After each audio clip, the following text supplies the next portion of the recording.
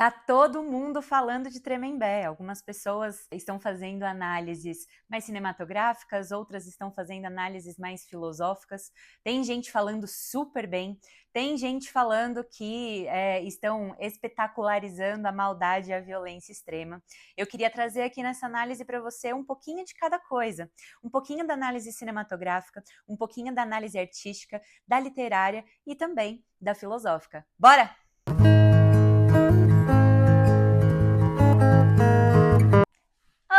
Oi, lindeza! Tudo bem com vocês? Se você acabou de chegar de paraquedas aqui no meu canal, eu sou Andressa Donato, sou escritora, roteirista, atriz e terapeuta familiar. Então essa análise aqui não vai ser uma análise só opinativa e também não vai ser só uma análise cinematográfica. E eu também não vou falar só das vozes da minha cabeça. Eu quero falar com vocês do ponto de vista de uma profissional do mercado com mais de 10 anos de carreira e que, trabalhando como roteirista, consegue perceber algumas nuances que talvez não estejam tão claras ao público que está somente se entretendo. Vocês vão gostar. Então vamos lá, em linhas gerais, tá? Em linhas gerais, o que eu vejo em Tremembé? Tremembé marca, né, junto com inclusive os donos do jogo.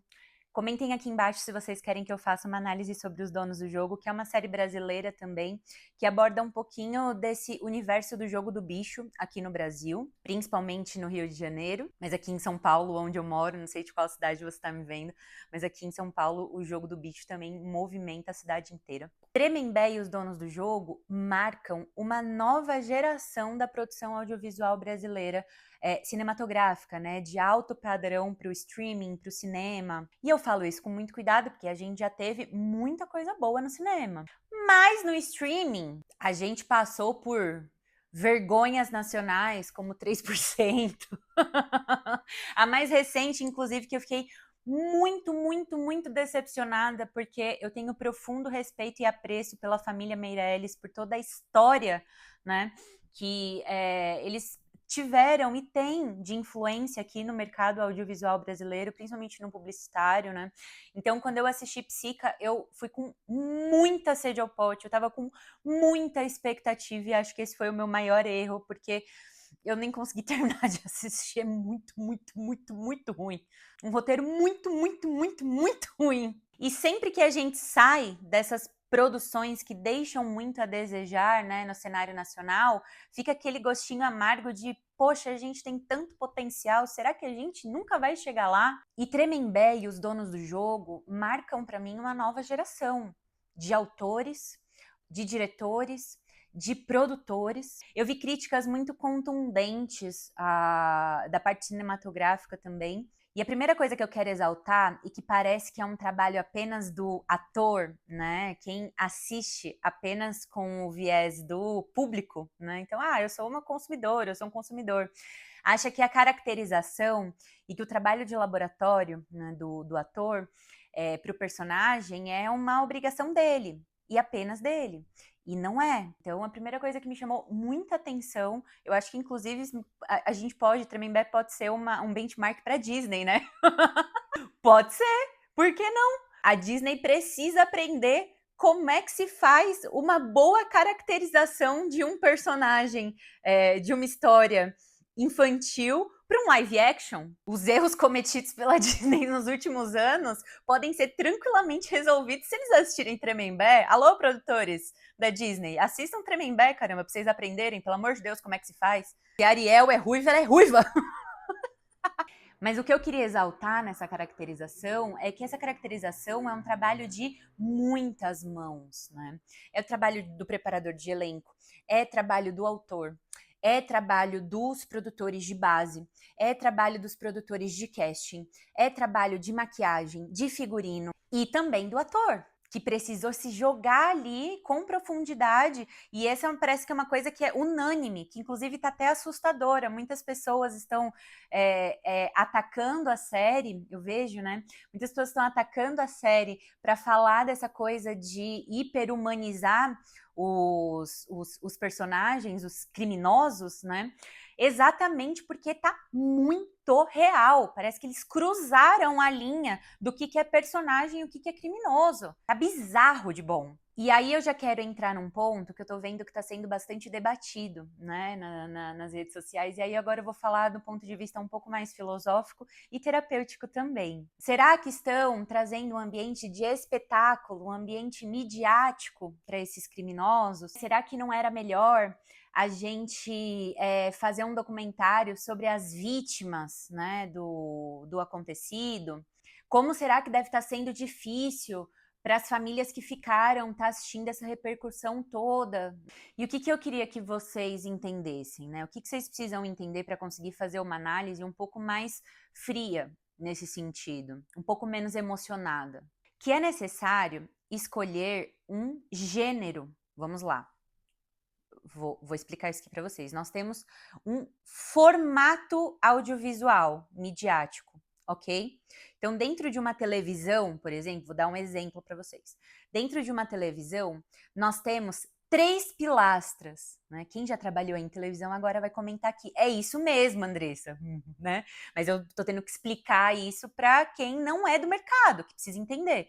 Dentro de uma televisão tem 3 pilastras: o jornalismo, o entretenimento e a dramaturgia. Comentem aqui, vocês que trabalham em televisão, como eu já trabalhei muitos anos, comentem aqui se é verdade ou não é. Em um documentário, por exemplo, esses 3 pilares, eles podem se misturar.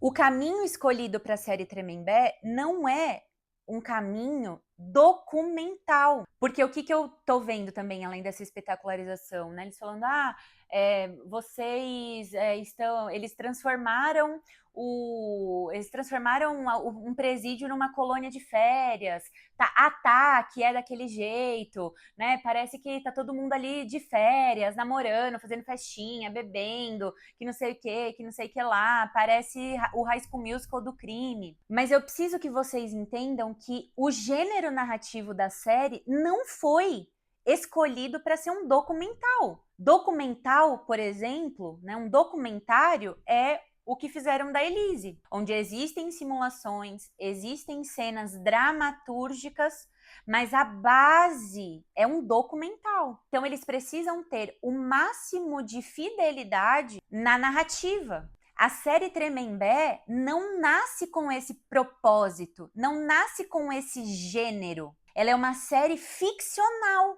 que vai expor e satirizar eventos reais da sociedade. Mas olhando do ponto de vista midiático, entendam uma coisa: esses personagens já são celebridades.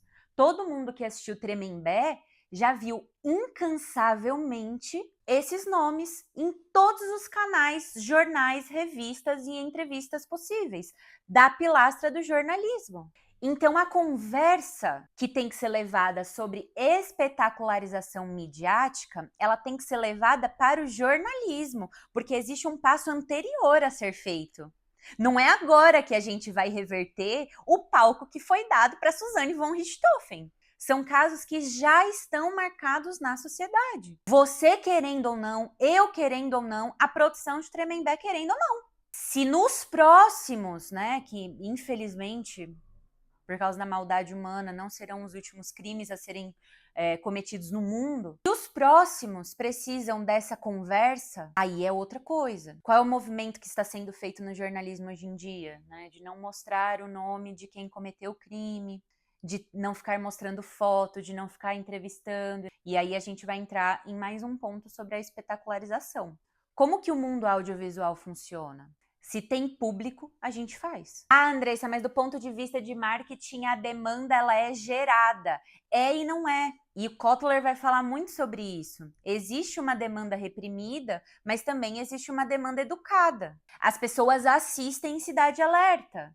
As pessoas assistem Balanço Geral. Não sei, né, se vocês já assistiram, por exemplo, um Balanço Geral, que tá no ar aí na Rede Record. São 4, 5 horas falando de tiro, crime, maníaco, e é só isso. Lá fora, o true crime é ainda mais reverenciado. No cinema, grandes assassinos em série viraram filme, como é o caso do Ed Gein. Ed Gein. Eu não sei como se pronuncia o nome dele, gente. Desculpem. Então o gênero existe. Ah, Andressa, mas então por que a gente não para de assistir? Boa! Agora a gente está começando a aprofundar. Por que a gente gosta de assistir conteúdos de crimes reais? Numa amplitude terapêutica e filosófica, existe um paralelo entre a maldade que está em nós e a maldade que é vista no outro. Então, o outro, quando é extremamente mau e violento, ele desperta uma curiosidade em nós que é inegável, porque ele representa uma possibilidade biográfica humana. A maldade extrema, a ponto de uma pessoa fazer o que fez com os pais, fazer o que fez com uma criança de 5 anos, fazer o que fez com mulheres anestesiadas, é uma possibilidade. É possível que um ser humano tem esse tipo de atitude, tem esse tipo de comportamento. Então, se é possível que aquela pessoa faça, eu assisto para primeiro me reverenciar e dizer: nossa, eu nunca teria coragem de fazer isso.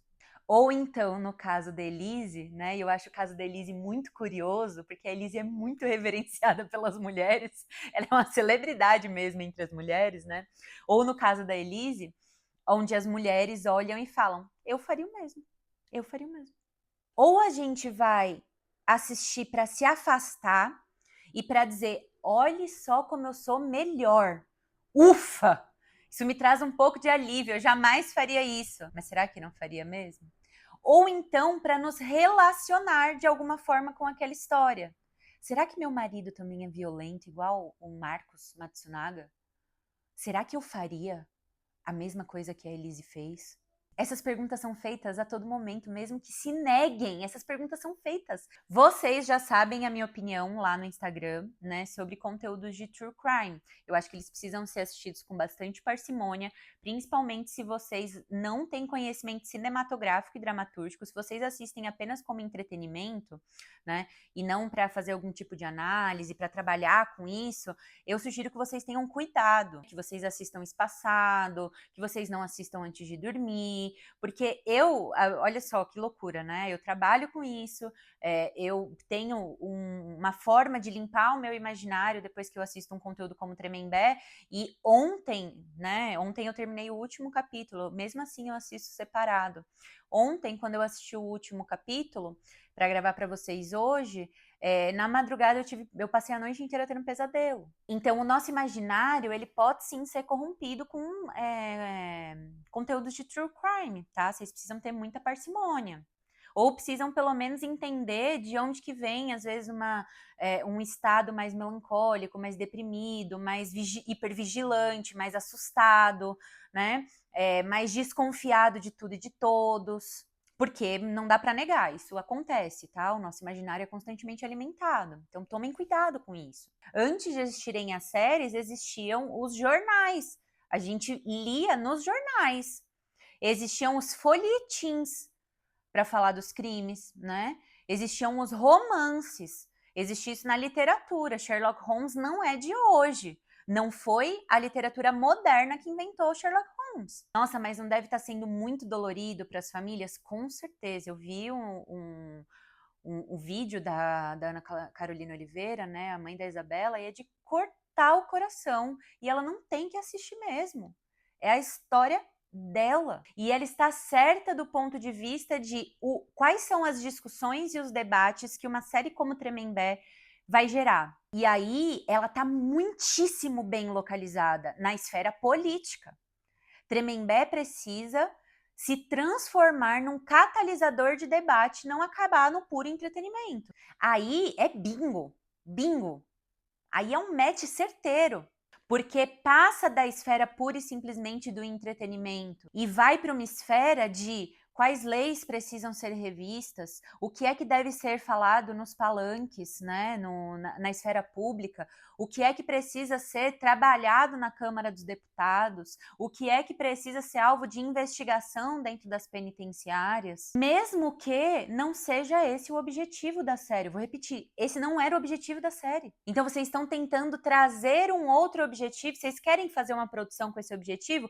Escrevam vocês, dirijam vocês, produzam vocês, vão atrás atrás de dinheiro vocês, vão atrás de fazer elenco vocês. Não acho que eles representaram Tremembé como uma colônia de férias, apesar de não terem nenhum tipo de compromisso com a verdade, né?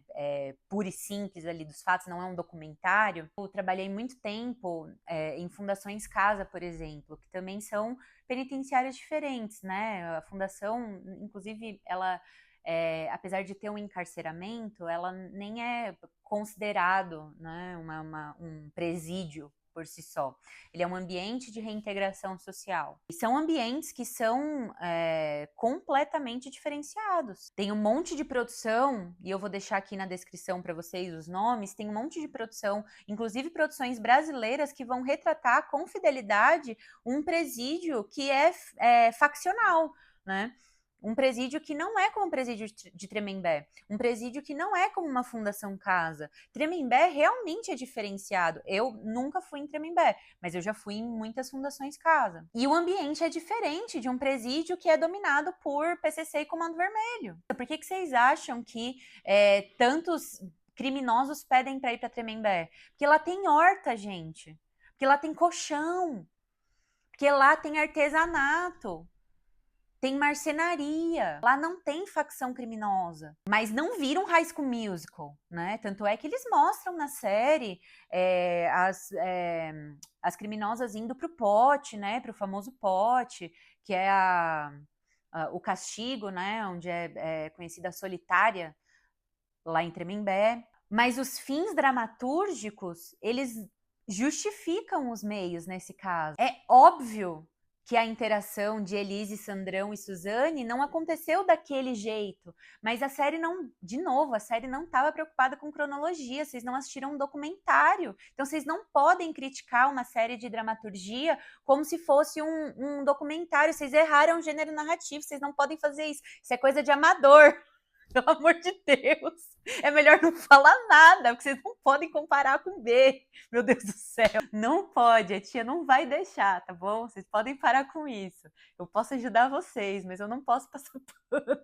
Então existe sim esse desejo humano de se distanciar da maldade e ao mesmo tempo reconhecer que a maldade é uma possibilidade biográfica. Eu também ouvi em algumas resenhas críticas que a série é muito soft, né? Que a série é muito tranquila para falar dos temas que falam, que tem hora que te dá vontade de dar risada, e não era pra gente assistir uma série de true crime querendo dar risada. Aí entra um outro erro. Você precisa não entender as escolhas narrativas de uma grande diretora, como, por exemplo, a Veregito, né? E o próprio Ulisses, toda a turma de autores. Cara, a Veregito fez Elis, entendeu? Que é uma joia rara brasileira. Né? O Ulisses, ele tem uma forma de escrever que é muito respeitosa, que é muito humana, tanto com as famílias que sofreram com esses crimes, quanto com os próprios criminosos, né? Então, é de uma educação tão grande que não dá pra gente deixar isso nessa esfera de, às vezes eu tinha vontade de rir. Entendam o seguinte, existe na psicologia, e eu consigo perceber, por exemplo, como terapeuta nos meus atendimentos, o tal do riso de nervoso. Não é um riso de quem tá achando graça, é de quem tá achando tão absurdo, que acontece dentro da gente uma catarse emocional. Né? Algumas pessoas, inclusive, comentem aqui se vocês conhecem ou se vocês também são, né, essas pessoas. Eu tenho uma grande amiga que quando ela fica muito, muito, muito nervosa, ela começa a ter crise de riso.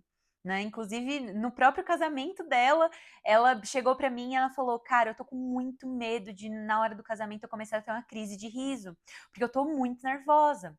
Tem pessoas que num ambiente de nervoso extremo começam a dar risada. É uma risada de absurdo, é uma risada de catarse. Então, se te deu vontade de rir na série, não é porque vocês estão assistindo uma comédia, gente. Só que se vocês não entendem isso, vocês não vão conseguir fazer um julgamento certeiro. Porque algumas cenas são tão absurdas que elas dão na gente uma catarse mesmo. E a própria trilha sonora, né, tem esse impacto, como, por exemplo, atribuir a Suzane a música, É da Rita Lee, gente? Eu não lembro agora, me perdoem, mas é uma música muito famosa, né? Eu sei que eu sou bonita e gostosa, eu sei que você me olha e me quer. Acho que é da Rita Lee, não é, gente?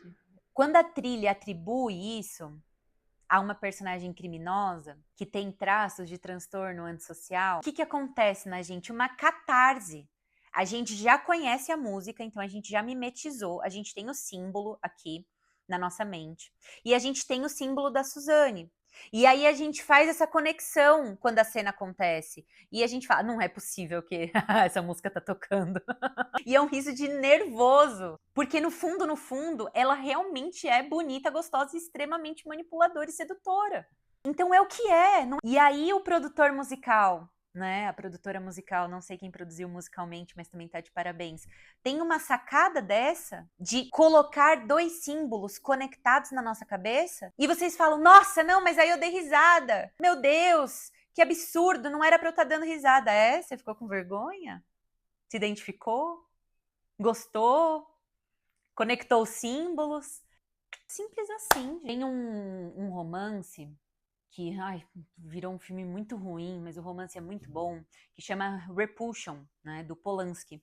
E eu queria deixar aqui para vocês como referência, né, porque apesar de não falar especificamente desse nosso desejo pelo crime, a personagem principal, ela tem uma repulsa a qualquer tipo de atividade sexual, né? E a irmã dela é o contrário dessa repressão. Então ela começa a mimetizar e a ser uma voyeur bem assustadora mesmo, né? Dessa irmã, porque ela não consegue entender como é que pode alguém ser tão livre nesse âmbito livre, né? Ter um comportamento tão diferente do dela, sendo que ela é tão reprimida, né? Polanski fala sobre essa ode às possibilidades, né, da vida humana de uma forma muito simbólica. Então, leiam, tá? Leiam, vocês vão gostar.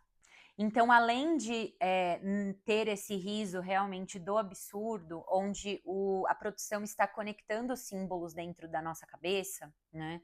E da gente realmente ter esse riso de nervoso em alguns momentos, entendam que essa série, ela traz um pouco do molho brasileiro, né? Então, ela ambienta as diferenças da cultura brasileira. Se vocês assistirem, por exemplo, a série Monstros, né, tanto a temporada do Edin, que é o serial killer dos serial killers, quanto a dos irmãos Menendez, vai ficar muito claro para vocês essas três coisas, né? Então, o Edin está no século XIX, comecinho do século XX, é outra cultura, outro contexto. E a proposta cinematográfica é de gerar um desconforto absurdo. Então, eu demorei muito para assistir, né? Mesmo já sendo educada nesse sentido, demorei muito. Eu fiquei enjoada, né? Eu parava no meio do episódio, às vezes eu não conseguia até o fim. Ele traz essa proposta de levar você a entender, a ficar enjoada de verdade, porque a gente estava falando de um esquizofrênico não tratado.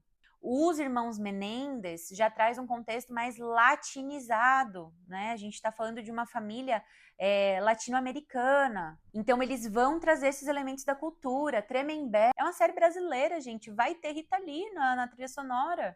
Vocês querem o quê? Então, sim, estou passando pano há 30 minutos sobre Tremembé. Gostei mesmo, gente. Marina, nunca duvidei, entendeu? Nunca duvidei de você. Você é a mina, entendeu? Todo mundo, a atriz que fez o Sandrão, o casal Nardoni, todos os atores, equipe, os autores, né, os roteiristas, Ulisses, Amazon, assim, 10 de 10. Então é isso, pessoal. Consegui dar um pouquinho desse panorama que eu queria trazer para vocês. É claro que não dá para falar de tudo, senão vocês vão ficar aqui até amanhã me escutando. Tá bom? Fiquem com Deus, um beijo grande. E se vocês quiserem análise de Os Donos do Jogo e outras análises que estão aí nos Trend Topics, vocês têm que me mandar, porque assim, eu não consigo dar conta de ficar vendo tudo, não. Vocês vão me falar o que tá em alta, porque daí eu vou, assisto e trago pra vocês, tá bom? Beijo, lindezas!